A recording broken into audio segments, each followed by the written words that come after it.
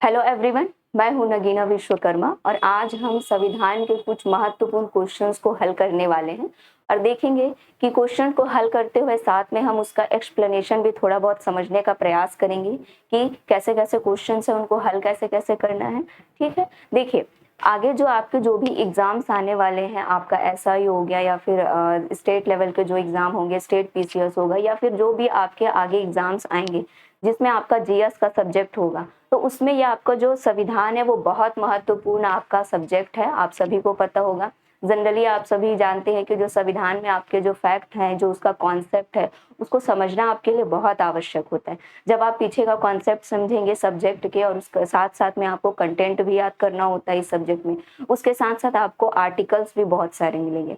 तो देखिए उनका एक तरीका होता है उसे याद करने का। तो आज हम जो क्वेश्चंस हल करेंगे उसके साथ साथ मैं थोड़ी बहुत चीज़ें आपको एक्सप्लेन करते जाऊंगी साथ में।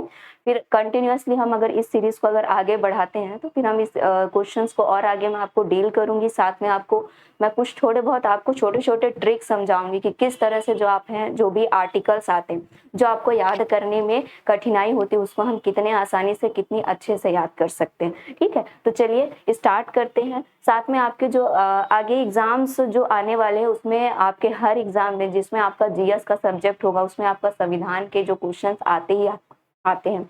और आप सबको पता होगा कि जो क्वेश्चंस आते हैं उसमें आपको बनाना तभी आप बना सकते हैं जब आपको क्या हो, क्वेश्चंस लगाने की बहुत अच्छी प्रैक्टिस हो। देखिए एक सटीक तैयारी जो होती है वो आप सभी को पता है, सटीक तैयारी कैसी होनी चाहिए कि सिर्फ और सिर्फ पढ़ने से आपका कोई सब्जेक्ट तैयार नहीं होता है। किसी भी सब्जेक्ट को तैयार करने के लिए आपको क्या करना होता है कि पढ़ने के साथ साथ आपको क्या करना है कि उससे रिलेटेड जो भी क्वेश्चंस है वो कंटिन्यूअसली आपको क्या करना है, लगाते रहना है। ताकि क्या हो कि आप जब एग्जाम में बैठें तो आपके दिमाग में उस क्वेश्चंस को एक जो प्रैक्टिस होता है वो क्या होगा, आपके दिमाग में वो सारे प्रैक्टिस आपको वहां पे काम आएंगे। ठीक है, तो चलिए देरी ना करते हुए हम स्टार्ट करते हैं।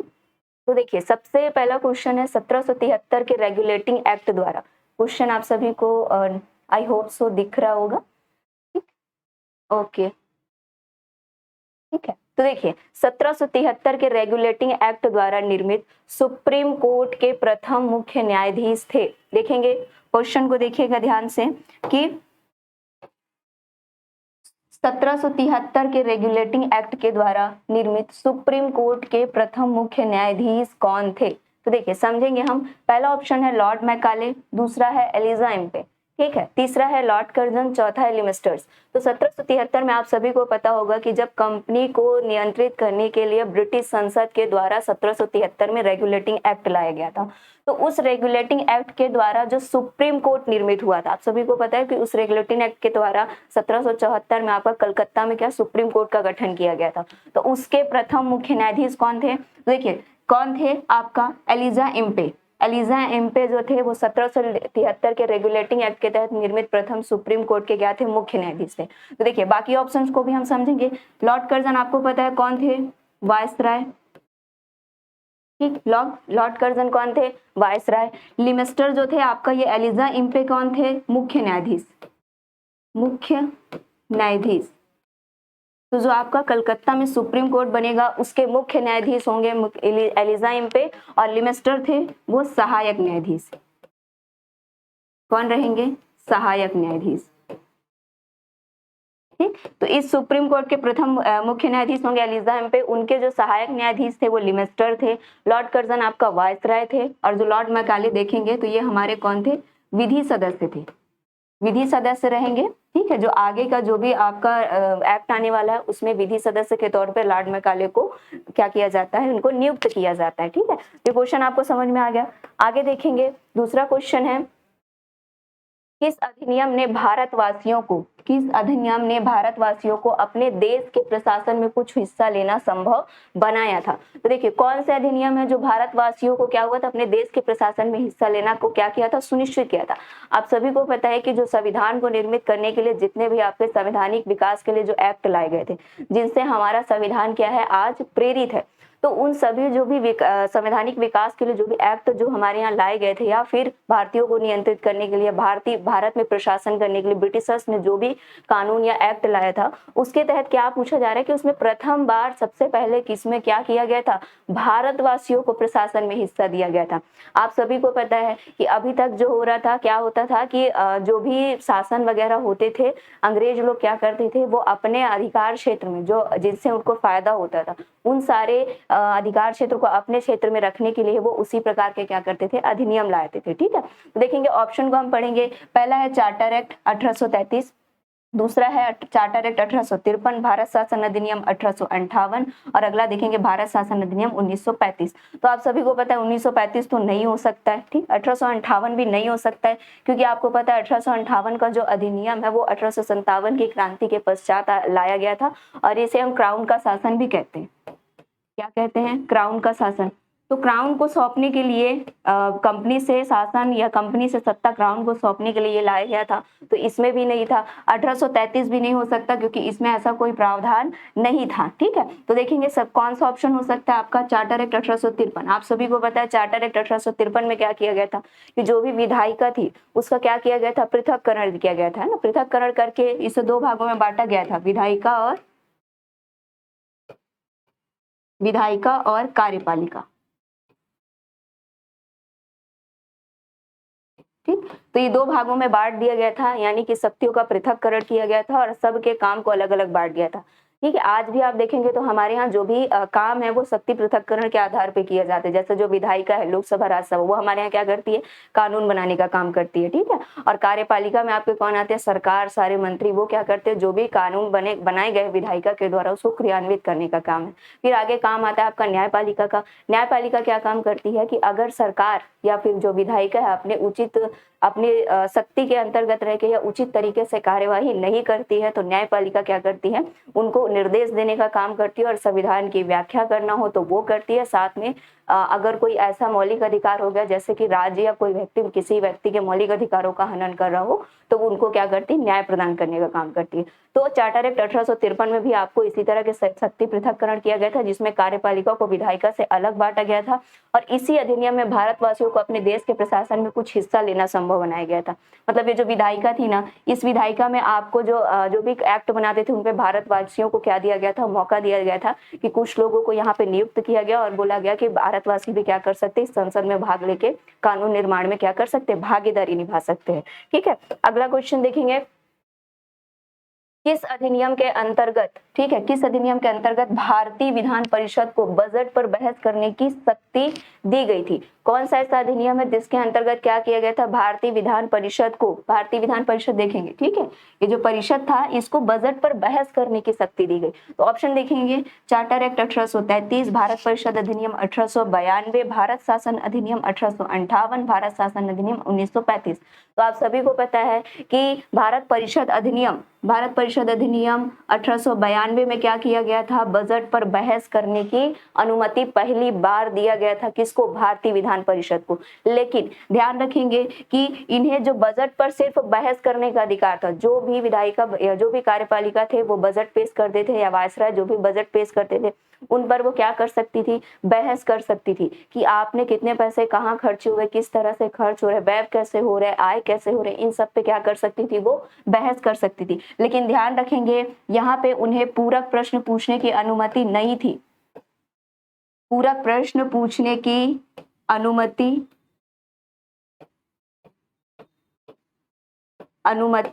नहीं थी।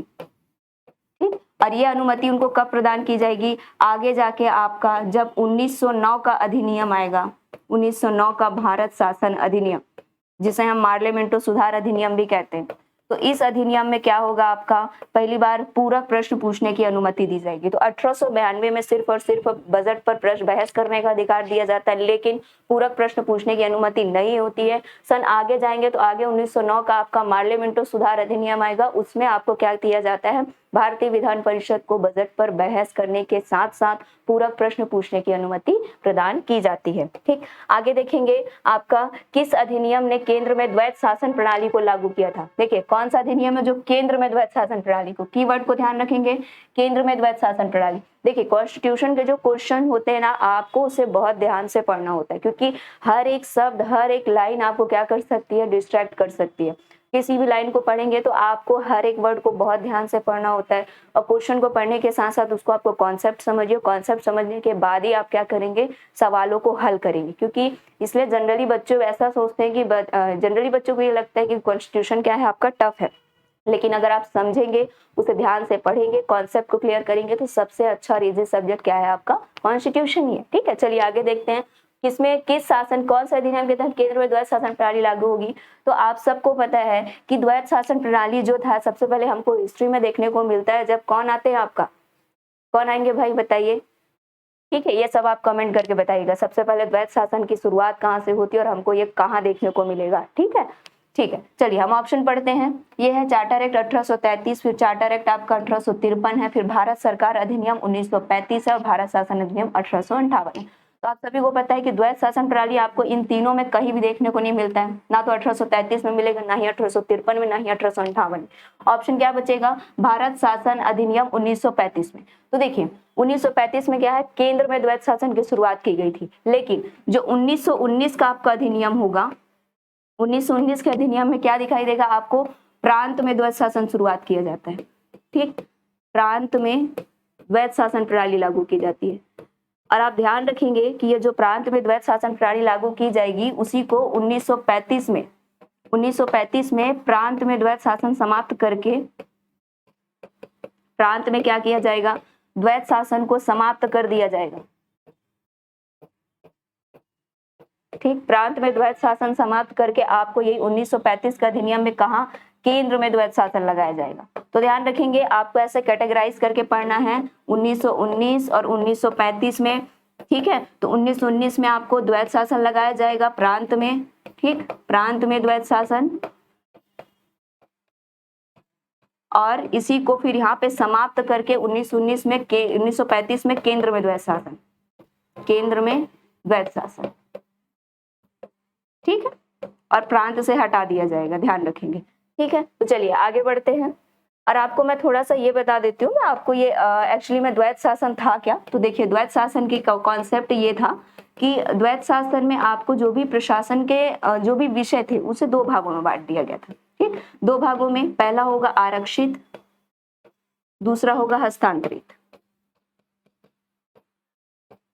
ठीक, तो जो आरक्षित विषय थे, आरक्षित ऐसे विषयों को जो अंग्रेज थे उन्होंने क्या किया था कि द्वैध शासन प्रणाली के तहत दो विषयों में प्रशासन को बांट दिया गया, पहला था आरक्षित, दूसरा था हस्तांतरित। तो देखिए आरक्षित विषय में वो विषय दिए गए थे जिनसे क्या होता था, अंग्रेजों को राजस्व की प्राप्ति होती थी। ठीक है, तो इसके अंतर्गत आपका आ जाएगा वित्त विभाग। ठीक, वित्त विभाग, इसके अलावा क्या होगा, राजस्व विभाग, इसके अलावा पुलिस। ठीक, तो ये ऐसे विभाग या ऐसे क्षेत्र जिससे क्या होता था, आपका रेवेन्यू जनरेट हो, तो उन रेवेन्यू जनरेट होने वाले क्षेत्रों को अंग्रेजों ने अपने पास रखा। और जो ऐसे क्षेत्र जिसमें एक्चुअल में काम करने की जरूरत होती थी, मतलब जो उत्तरदायित्व का शासन था, जिसमें क्या थी, उत्तरदायित्व था, जैसे कि स्वास्थ्य, शिक्षा, ठीक, सफाई, तो ये सारे विषय हस्तांतरित किसको किए गए, भारतीयों को।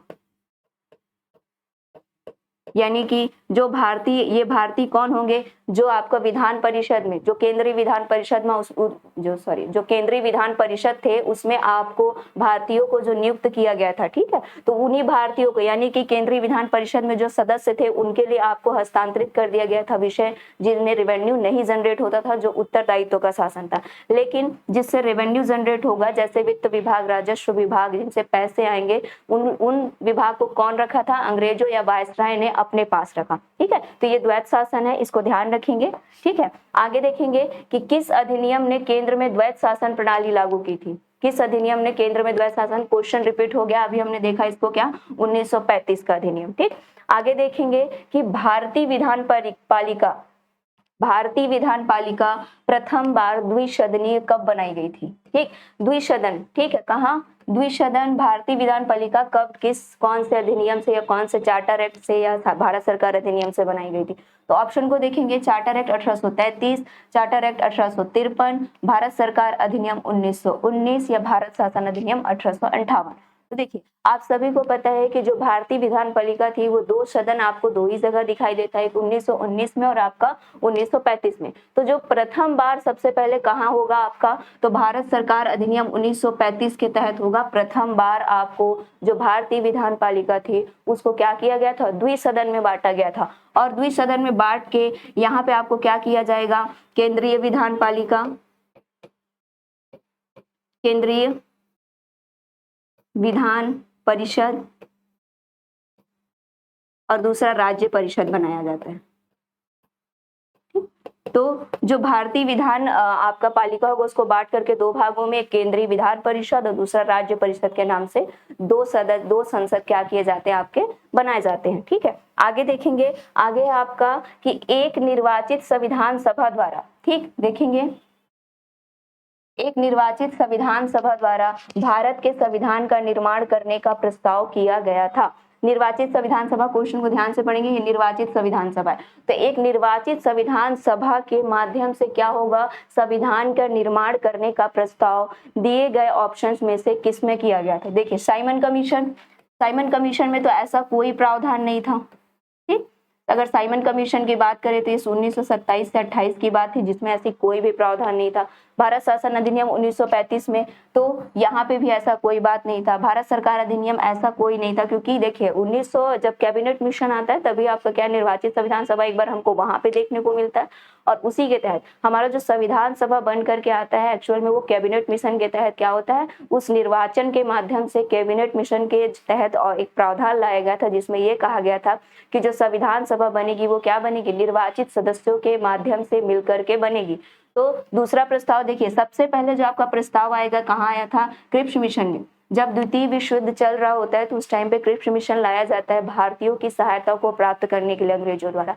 और उसमें यह प्रावधान किया जाता है कि हम संविधान सभा का आगे जाके गठन करेंगे, लेकिन ये जो गठन होगा और ये जो गठन होगा कब होगा, द्वितीय विश्व युद्ध के बाद होगा। साथ में संविधान सभा के गठन के साथ हम आगे क्या करेंगे, आप क्या करेंगे, संविधान भी भारत के लिए एक उत्तरदायी शासन हम क्या करेंगे, भारतीयों को सौंप देंगे। लेकिन कब देंगे, आफ्टर युद्ध, द्वितीय विश्व युद्ध के पश्चात। ऐसा इसमें क्या था, क्रिप्स मिशन में प्रस्ताव था। ठीक, लेकिन इस मिशन को क्या करते हैं, जब ये मिशन आता है तो हमारे जो जवाहरलाल नेहरू होते हैं और महात्मा गांधी जी इस मिशन को खारिज कर देते हैं।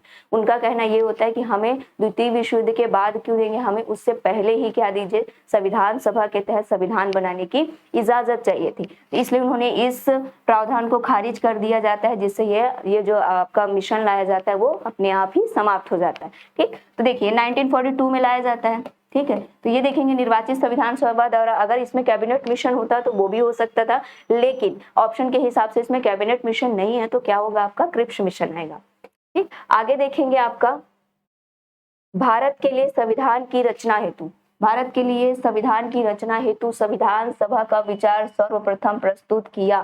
भारत के लिए संविधान की रचना हेतु संविधान सभा कि भारत में संविधान बनाने के लिए एक संविधान सभा होनी चाहिए, ये पहले सबसे पहले ऑप्शन के हिसाब से किसने विचार किया था। तो देखिए ऑप्शन है स्वराज पार्टी, ठीक, दूसरा ऑप्शन है कांग्रेस पार्टी, तीसरा है मुस्लिम लीग 1942, चौथा है सर्वदलीय सम्मेलन 1946। तो देखिए जो संविधान की रचना हेतु संविधान सभा बनाई जाएगी, इसके लिए सबसे पहले औपचारिक रूप से किसने बोला था, स्वराज पार्टी ने। स्वराज पार्टी 1934 ने बोला था कि संविधान बनाने के लिए एक संविधान सभा का गठन करना चाहिए। और ये जो संविधान सभा का गठन करने के लिए जो इसके नेता थे आपके कौन होंगे, M N Roy. M N Roy इसके नेतृत्व करता थे और इन्होंने ही बोला था कि संविधान की रचना हेतु क्या गठन किया जाना चाहिए, संविधान सभा का गठन किया जाना चाहिए। ठीक है, आगे देखेंगे आपका, आगे है आपका कैबिनेट मिशन योजना के तहत संविधान सभा के एक प्रतिनिधि, कैबिनेट मिशन योजना, ठीक है, कैबिनेट मिशन योजना के तहत एक प्रतिनिधि कितनी जनता का प्रतिनिधित्व करता था? तो आप सभी को पता है कि जो कैबिनेट मिशन लाया गया था उसमें यह प्रावधान था कि जो भी एक प्रतिनिधि चुना जाएगा वो प्रति 10 लाख की जनसंख्या के हिसाब से क्या होगा, उसका चुनाव किया जाएगा। मतलब प्रति 10 लाख पे एक प्रतिनिधि क्या होंगे, खड़े होंगे चुनाव में। ठीक, आगे देखेंगे हम। आगे है आपका, इनमें से कौन कैबिनेट मिशन का सदस्य नहीं था? कैबिनेट मिशन का सदस्य नहीं था। देखिए नहीं वर्ड जो आएगा उसको सबसे पहले आप बोलना करेंगे, क्योंकि कई बार क्या होता है कि जब हम एग्जाम हॉल में होते हैं तो हड़बड़ी में क्या करते हैं, नहीं को ना समझ के हाँ को क्या करते हैं, हम आंसर टिक करके आ जाते हैं। तो इन सब छोटे छोटे सिली मिस्टेक्स को ध्यान रखिएगा, और यही सिली मिस्टेक्स आपको किस में सुधरेंगे, जितना आप क्वेश्चन को क्या करेंगे, डील करेंगे। और क्वेश्चन को डील करने के साथ साथ आपको क्या करना है, क्वेश्चन को लगातार पढ़ाई के साथ साथ हर दिन आपको क्वेश्चन को क्या करना है, लगाते रहना है। तभी आपके सिली मिस्टेक्स क्या होंगे, कम होंगे। क्वेश्चन लगाने का आप जितना प्रैक्टिस करेंगे उतनी आपके सिली मिस्टेक कम होते जाएंगे। ठीक है, आगे देखते हैं कैबिनेट मिशन का सदस्य कौन नहीं था। ऑप्शन के हिसाब से देखते हैं, विलियम वुड, दूसरा Pethick Lawrence, Stafford Cripps, Alexander. ठीक है, देखिए जब क्रिप्स मिशन 1942 में आया था, जब उसको खारिज कर दिया गया तो उन्हीं की सदस्यता में फिर 1942 में फिर क्या गठित होता है, आपका कैबिनेट मिशन गठित किया जाता है। और कैबिनेट मिशन में आपका ये 3 सदस्य रहेंगे, sir Pethick Lawrence, Stafford Cripps और एवी अलेक्जेंडर। जो पैथिक लॉरेंस थे वो इस कैबिनेट मिशन के क्या होंगे, अध्यक्ष थे, और ये दोनों क्या थे, कैबिनेट मिशन के सदस्य। तो ऑप्शन के हिसाब से आपको कौन सा नहीं है, तो विलियम वुड। विलियम वुड नहीं थे। बाकी ये तीनों सदस्य रहेंगे, जिनमें पैथिक लॉरेंस आपके अध्यक्ष थे और स्टैफर्ड क्रिप्स और एवे अलेक्जेंडर क्या होंगे, इस कैबिनेट मिशन के जो सदस्य रहेंगे। ठीक है, आगे देखेंगे आपका अगला क्वेश्चन है, भारत के संविधान का प्रारूप तैयार करने वाली। देखो संविधान बनाने के लिए कि संविधान का प्रारूप कैसा रहेगा उसका, ठीक है, यानी कि सिनॉप्सिस टाइप का बनाने के लिए, या उसका सिनॉप्सिस किस तरह से रहेगा, आज जो आप संविधान देख रहे हैं वो कैसे कैसे निर्मित हुआ, तो ये सब हम संविधान के निर्माण वाले चैप्टर में पढ़ेंगे। ठीक है, तो भारत के संविधान का प्रारूप तैयार करने वाली संविधान सभा के सदस्यों को किसके द्वारा नामांकित किया जाना था या चुना जाना था, आगे देखेंगे। ठीक है, कि संविधान का जो प्रारूप तैयार करने वाली संविधान सभा के सदस्यों को, ऑप्शन पहला है ब्रिटिश संसद द्वारा नामित किया जाना था, गवर्नर जनरल द्वारा नामित किया जाना था, विभिन्न प्रांतों के विधान सभाओं के द्वारा चुना जाना था, या भारतीय राष्ट्रीय कांग्रेस के मुस्लिम लीग द्वारा चुना जाना था। तो आप सभी को पता है कि जो कैबिनेट मिशन आया था उसके तहत ये बोला गया था कि जो प्रारूप समिति तैयार करने वाली जो संविधान सभा हम बनाएंगे, यानी कि संविधान का निर्माण करने के लिए जो हमारी संविधान सभा बनेगी, उसमें पहला प्रावधान अभी हमने क्या देखा कि जो भी सदस्य होंगे वो निर्वाचित होके आएंगे। निर्वाचित होने के साथ उनमें क्या होगा कि ये जो निर्वाचित सदस्य होंगे वो प्रतिनिधि जो होंगे वो 10 लाख की जनसंख्या का क्या करेंगे, प्रतिनिधित्व करेंगे। साथ में क्या होगा कि ये कहाँ से चुन के आएंगे, तो विभिन्न प्रांतों के विधानसभा द्वारा चुने जाएंगे, ना कि गवर्नर जनरल, ब्रिटिश संसद और भारतीय राष्ट्रीय कांग्रेस के सदस्यों द्वारा।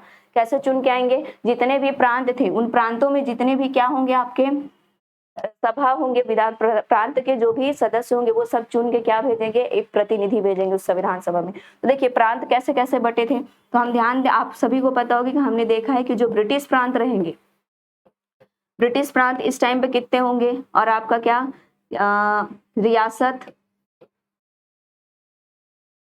रियासत और अन्य, ये कितने कितने थे आप सभी क्या करेंगे, कमेंट करके बताएंगे। ठीक है, आगे ठीक है, चलिए देखते हैं। आगे है आपका संविधान सभा के सम्मुख संविधान की प्रस्तावना का प्रस्ताव किसने रखा था। तो संविधान सभा के सम्मुख संविधान की प्रस्तावना का प्रस्ताव किसने रखा था।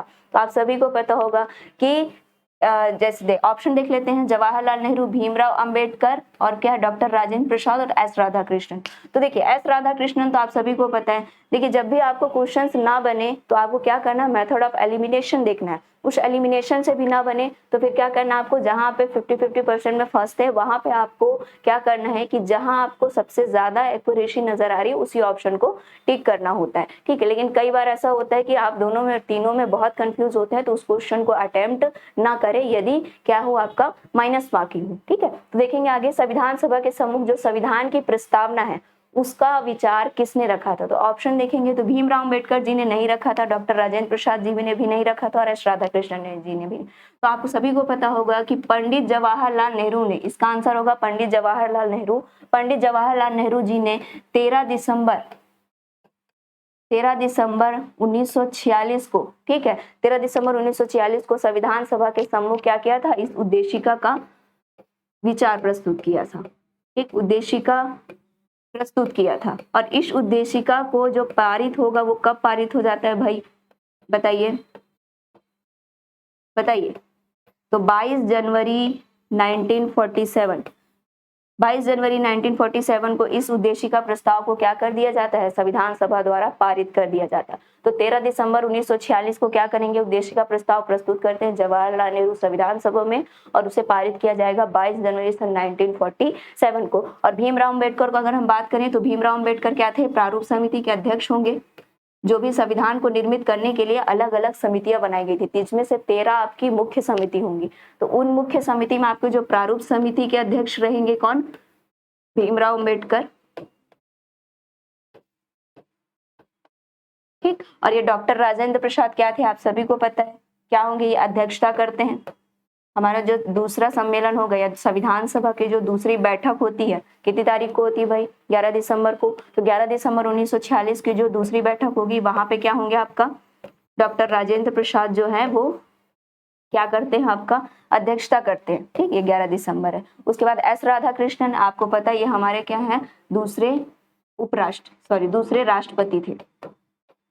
दूसरे क्या होंगे, दूसरे नंबर के राष्ट्रपति थे, जिनका कार्यकाल क्या होगा 1962 से 1967, ठीक है। तो जवाहरलाल नेहरू थे आपके संविधान सभा में, इन्होंने क्या किया था, प्रस्तावना का जो प्रस्ताव या विचार प्रस्तुत किया। भीमराव अम्बेडकर कौन थे, तो इन्होंने आपका जो हमारे संविधान में प्रारूप समिति होते उसकी अध्यक्षता इन्होंने की थी। डॉक्टर राजेंद्र प्रसाद हमारे क्या होते, 11 दिसंबर 1946 को जो संविधान सभा की दूसरी बैठक होती है वहां पे ये क्या करते हैं, स्थायी अध्यक्षता के तौर पे अपने प्रतिनिधित्व निभाते हैं। अगला है एस राधाकृष्णन, ये हमारे देश के दूसरे राष्ट्रपति और एकमात्र शिक्षक राष्ट्रपति थे हमारे देश के, और इनका कार्यकाल सन 1962 से 1967 के आसपास होगा, ठीक है।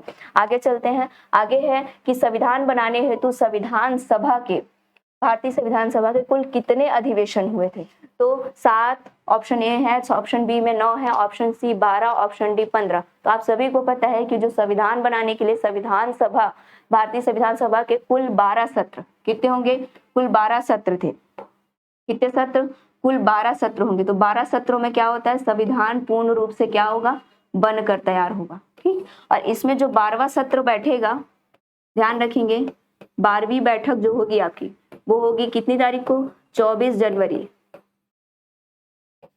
24 जनवरी सन 1950 को आपको 12वीं नंबर की बैठक क्या होती है, कंडक्ट कराई जाती है, ठीक। आगे देखेंगे आपका, आगे है भारत का संविधान किस तिथि को अपनाया गया था। तो ध्यान रखेंगे यहाँ पे क्वेश्चन पूछ रहा है भारत का संविधान किस तिथि को अपनाया गया, तो 2 डेट याद रखेंगे। एक तो संविधान को जनता को कब समर्पित किया गया, या जनता को क्या किया गया, समर्पित किया गया, या जनता ने क्या किया था, अपने संविधान के निर्मित होने की क्या की थी, घोषणा की थी। तो जनता को समर्पित, इसमें 2 प्रकार के आपको क्वेश्चन बनते हैं, इसमें बिल्कुल मिस्टेक मत करिएगा। एक है जनता को समर्पित, या फिर संविधान पूर्ण रूप से लागू होना। संविधान का पूर्ण रूप से लागू होना, संविधान पूर्ण रूप से लागू। तो देखिए जनता को समर्पित यह संविधान पूर्ण रूप से लागू कब होगा, आपका 26 जनवरी 1950, ठीक। लेकिन ध्यान रखेंगे हमारा जो संविधान बनकर पूर्ण रूप से तैयार कब होगा, अगर ऑप्शन के हिसाब से हम देखेंगे जो क्वेश्चन है उसके हिसाब से, तो 26 जनवरी 1950 को तो पूर्ण लागू होगा, ठीक। 26 नवंबर 1949 है, फिर है 26 जनवरी 1949 और ये 15 जुलाई 1947।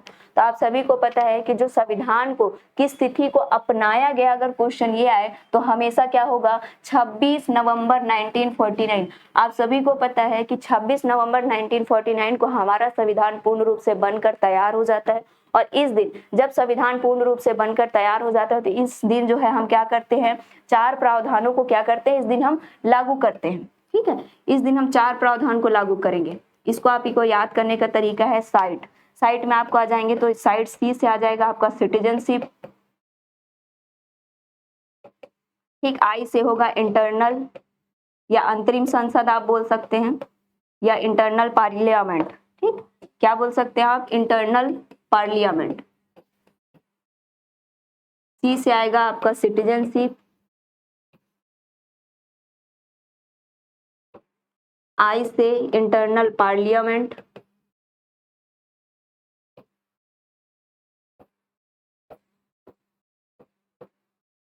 T से टेम्पररी प्रोविजन, टेम्पररी प्रोविजंस, और ई से आएगा आपका इलेक्शन। ठीक, तो अगर आप इसका हिंदी नाम भी याद कर सकते हैं बिल्कुल, क्योंकि ये भी आपका पूछ सकता है। तो सी से आपका आ जाएगा नागरिकता। ठीक, उसके बाद है अस्थाई संसद या फिर अंतरिम संसद हो गई है, अंतरिम संसद, अंतरिम संसद। ठीक, टेम्पोररी से ये होगा आपका अस्थाई उपबंध,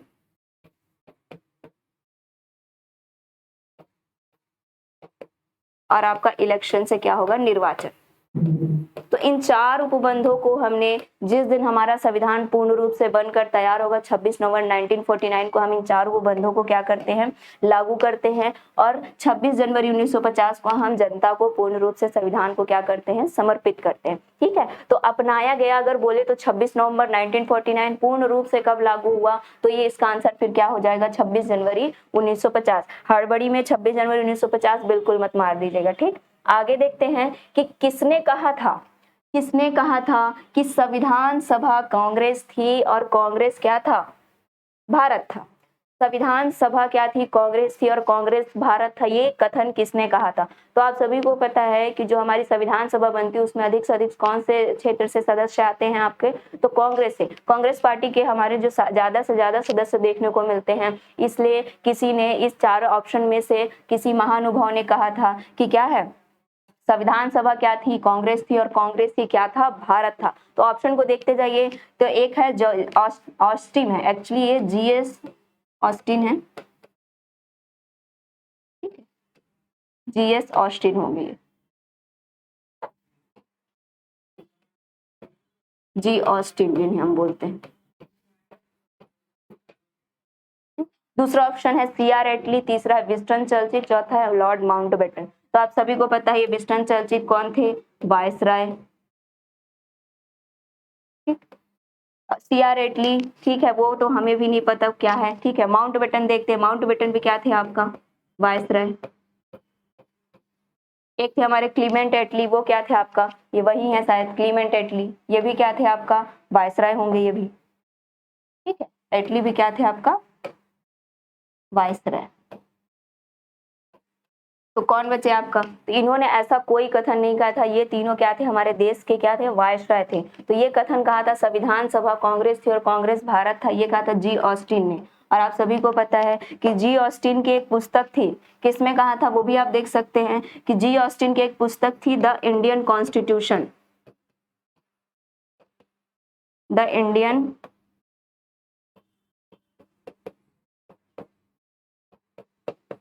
कॉन्स्टिट्यूशन। इसी में उन्होंने क्या बोलते हैं, संविधान सभा को, कि संविधान सभा कांग्रेस थी और कांग्रेस ही भारत था, इस कथन को इन्होंने अपनी पुस्तक द इंडियन कॉन्स्टिट्यूशन में कहा था। ठीक है, आगे देखेंगे आपका अगला क्वेश्चन है, संविधान सभा में कितनी महिला सदस्य थी।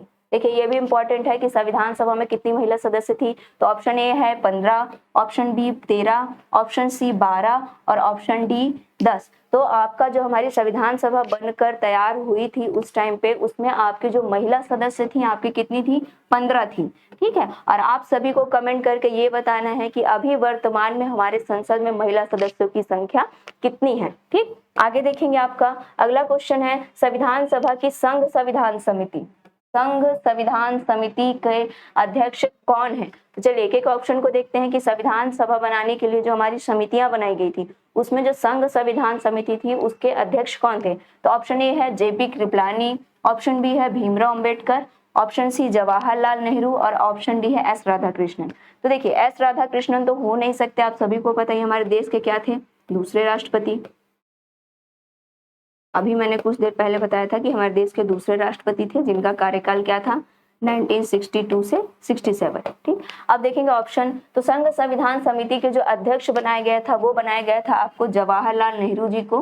ठीक है। जवाहरलाल नेहरू जी क्या थे, आपका संघ संविधान समिति के सदस्य थे। डॉक्टर एस राधाकृष्णन हमारे राष्ट्रपति होते हैं। भीमराव अम्बेडकर का मैंने अभी बताया था कि वो प्रारूप समिति के अध्यक्ष थे। और जेपी कृपलानी जो थे वो हमारी झंडा समिति जो बनाई गई थी उसके क्या थे, वो अध्यक्ष थे। कौन? जेपी कृपलानी। तो जेपी कृपलानी झंडा समिति के अध्यक्ष, भीमराव अम्बेडकर प्रारूप समिति के अध्यक्ष थे, जवाहरलाल नेहरू क्या थे, संघ संविधान समिति के अध्यक्ष थे, और आपका एस राधाकृष्णन क्या थे, दूसरे राष्ट्रपति थे हमारे देश के। तो आंसर क्या होगा आपका? जवाहरलाल नेहरू। याद रखिएगा, अगर आपका प्रांतीय संविधान समिति पूछे कि प्रांतीय संविधान समिति का अध्यक्ष कौन था, तो उसको आपको क्या करना, कमेंट करके बताना है कि उसका आंसर क्या होगा। आप सभी के लिए क्वेश्चन है कि प्रांतीय संविधान समिति के अध्यक्ष कौन थे। ठीक है, आगे देखेंगे आपका कि संविधान सभा की प्रारूप समिति में कितने अन्य सदस्य होते हैं। देखेंगे, जो प्रारूप समिति बनाई गई थी, क्वेश्चन को ध्यान से पढ़िएगा। आप पढ़ते ही क्वेश्चन में आंसर क्या मारेंगे? 7। ठीक है, क्या लगाएंगे? 7, बिल्कुल, क्योंकि हमने पढ़ा है क्या कि जो प्रारूप समिति बनाई गई थी उसमें कितने सदस्य होते हैं? कुल 7 सदस्य होते हैं। दूसरा ऑप्शन है 6, तीसरा ऑप्शन है 5, चौथा ऑप्शन है 4। तो आप सभी ने 7 पढ़ा होगा, लेकिन यहाँ पे क्वेश्चन को ध्यान से पढ़िए। संविधान सभा की प्रारूप समिति में कितने अन्य सदस्य थे? अन्य सदस्य, तो अन्य सदस्य कितने होंगे भाई? 6 होंगे। 6 होंगे अन्य सदस्य, क्योंकि एक कौन थे? एक आपका अध्यक्ष और अन्य सदस्य, अन्य सदस्यों की संख्या 6 थी।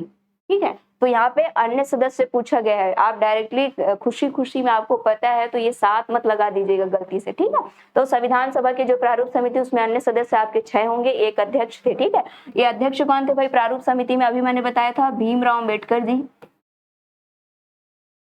भीमराव अम्बेडकर ये क्या थे? आपके अध्यक्ष थे। और सदस्य कितने थे? 6। इन 6 सदस्यों के नाम याद कर सकते हैं आप। ठीक है, देखिए,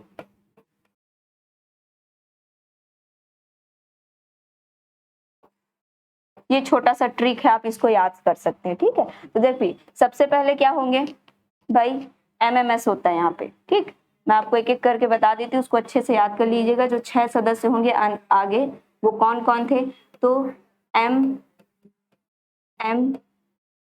एस ए के।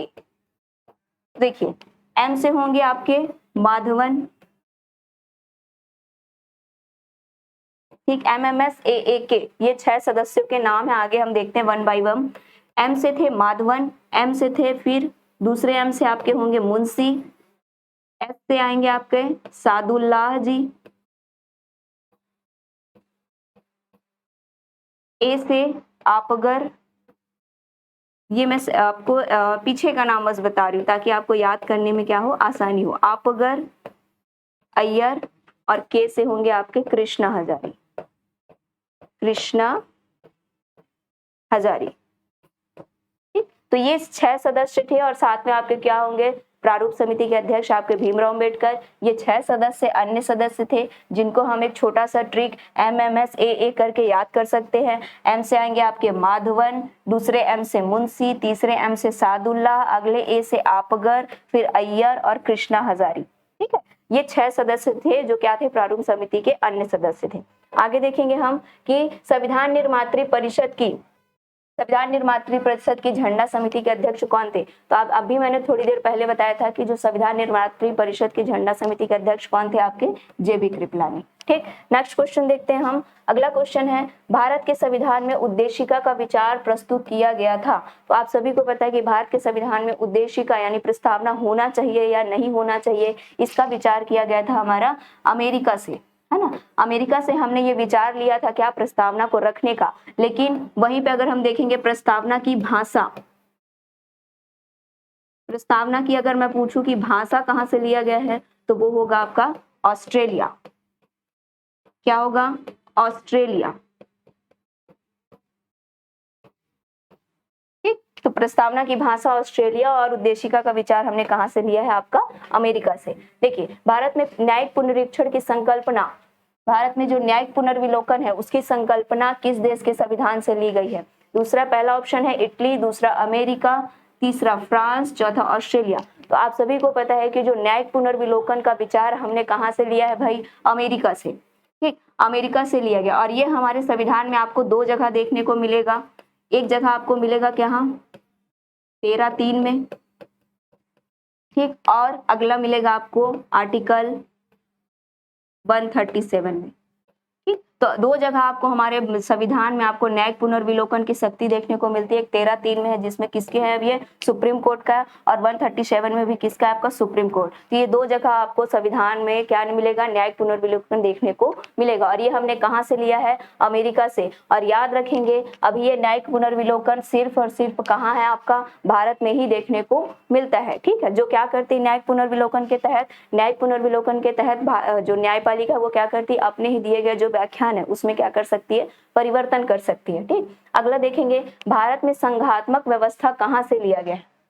संघात्मक व्यवस्था। तो संघात्मक व्यवस्था क्या होता है भाई? तो संघात्मक व्यवस्था वो होता है जिसमें क्या हो कि प्रांत और जो राज्य है, प्रांत और केंद्र दोनों को क्या दिए जाते हैं? बराबर के शक्ति के अधिकार दिए जाते हैं। मतलब प्रांत और केंद्र दोनों ही अपने अपने क्षेत्र में संविधान में लिखी हुई शक्तियों के अनुसार स्वतंत्र रूप से शासन कर सकते हैं।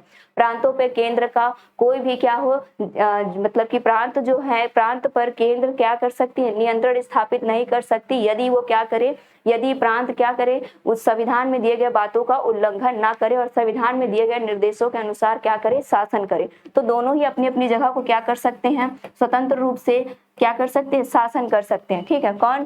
केंद्र और प्रांत। तो देखिए संघात्मक व्यवस्था हमने कहां से लिया है? तो ऑप्शन ए है आपका कनाडा, दूसरा है संयुक्त राज्य अमेरिका, तीसरा है फ्रांस और चौथा क्या है? ऑस्ट्रेलिया। तो आप सभी को पता है कि जो संघात्मक व्यवस्था की शासन व्यवस्था है वो हमने कहां से लिया? आपका कनाडा से लिया। तो इसका आंसर क्या होगा? आपका ए। अगला देखते हैं हम कि भारत के संविधान में सम्मिलित समवर्ती सूची किस देश की देन है? तो समवर्ती सूची आप सभी को पता है कि हमारे देश में क्या है? हमारे संविधान में क्या है? 3 सूचियां बांटी गई है। पहला आपका केंद्र सूची, दूसरा आपका राज्य सूची, तीसरा आपका समवर्ती सूची। तो इन 3 सूचियों में अलग अलग विषय क्या किए गए हैं? निर्धारित किए गए हैं और इन विषयों के आधार पर ही क्या करती है? अगर केंद्र सूची में कोई विषय दिया गया तो उस विषय पर केंद्र सरकार कानून बनाएगी। राज्य सूची में अगर कोई विषय दिया गया है तो राज्य सूची पर कानून वो बनाएंगे और समवर्ती सूची में अगर कोई विषय दिया गया तो समवर्ती सूची में वो आपका दोनों ही केंद्र और राज्य दोनों ही कानून बनाते हैं। और ये आपके अनुच्छेद 246 में दिया गया है, अनुच्छेद 246 में। तो ये हमने कहां से लिया? आपका समवर्ती सूची। तो हमने समवर्ती सूची लिया है ऑस्ट्रेलिया से। ध्यान रखेंगे कहां से लिया है? आपका ऑस्ट्रेलिया से। अगला है आपका भारत के संविधान में सम्मिलित मौलिक कर्तव्य। भारत के संविधान में सम्मिलित मौलिक कर्तव्य किस देश की देन है? तो आप सभी को पता है कि हमने जो मौलिक कर्तव्य है, मौलिक कर्तव्य कहां से लिया भाई हमने? तो ऑप्शन ए है कनाडा, दूसरा ऑस्ट्रेलिया, तीसरा रूस और चौथा अमेरिका। तो यहाँ पे मौलिक कर्तव्य पूछा गया और मौलिक कर्तव्य हमने कहां से लिया? आपका रूस के संविधान से। रूस से प्रेरित होकर हमने क्या लिया? मौलिकों के कर्तव्य लिया, जो आपके कौन से भाग में बताया गया है? भाग 4 क में, 51 का है ना, आर्टिकल 51 का भाग 4 का। अगला है भारत के संविधान में सम्मिलित मौलिक अधिकार किस देश की देन है? तो ऑप्शन है आपका कनाडा, ऑस्ट्रेलिया, रूस और अमेरिका। तो आप सभी को पता है कि हमने जो मौलिक अधिकार है वो कहां से लिया है? हमारा मौलिक अधिकार प्रेरित है अमेरिका से। अमेरिका के वो भी bill of rights, bill of rights से हमने क्या लिया है? मौलिक अधिकार लिए हैं। आगे बढ़ते हैं हम। आगे है आपका कि भारत के संविधान में सम्मिलित नीति निर्देशक तत्व किस देश की देन है? ऑप्शन ए है आयरलैंड, दूसरा ऑस्ट्रेलिया, तीसरा रूस, चौथा अमेरिका। तो आप सभी ने पढ़ा होगा कि जो हमारे नीति निर्देशक तत्व है भाग 4 में आपका 36 से 51 अनुच्छेद, ठीक, 36 से 51 अनुच्छेद, भाग 4 में 36 से 51 के अनुच्छेद में क्या बताया गया? हमें नीति निर्देशक तत्व के बारे में बताया गया। और ये हमने कहां से लिया है? तो हमने लिया ये आयरलैंड से। हमारा नीति निर्देशक तत्व आयरलैंड से प्रेरित है। ठीक, उसके बाद है ये क्वेश्चन आपका लगभग समाप्त हो चुका है। तो देखिए सभी को आप क्या करिएगा, आगे हम और भी ऐसे सीरीज लाने वाले हैं जिसमें आप कंटिन्यूअसली क्या करिए, कंटिन्यू आप अपने एक एक टॉपिक को पढ़ते जाइए और हर टॉपिक को पढ़ पढ़ के क्या करेंगे, आप क्वेश्चंस को लगाते रहेंगे, क्योंकि क्वेश्चन लगाएंगे तभी आपको क्या होगा, चीजें क्या है आपको समझ में आएंगी। कई बार ऐसा होता है कि हम पढ़ते जरूर है लेकिन जब हम क्वेश्चन बनाते हैं तो वही क्वेश्चन क्या हो जाता है, गलत हो जाता है। आप सभी का धन्यवाद। Okay, thank you.